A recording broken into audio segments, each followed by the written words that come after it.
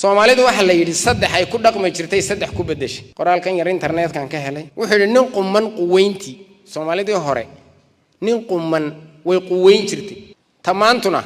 nin khaldan quweynti ninka reebel waa inuu ismuujiya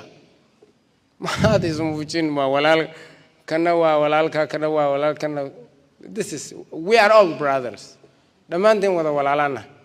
aniga guushiinu guushi idinka guushiinaan idin la leeyahay guushan gaadhaad ila leedihiin win choice inagoo taa helayna inaynu maaragtay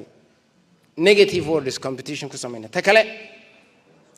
nin khaldan qabashadii iyo Soomaalidu hore ku dhaqan ka khaldan way qaban jirtay ima kana nin qumman qabashadii ka hagaagsan baa leeyahay adu lama haysatida kuma bilowne mata ka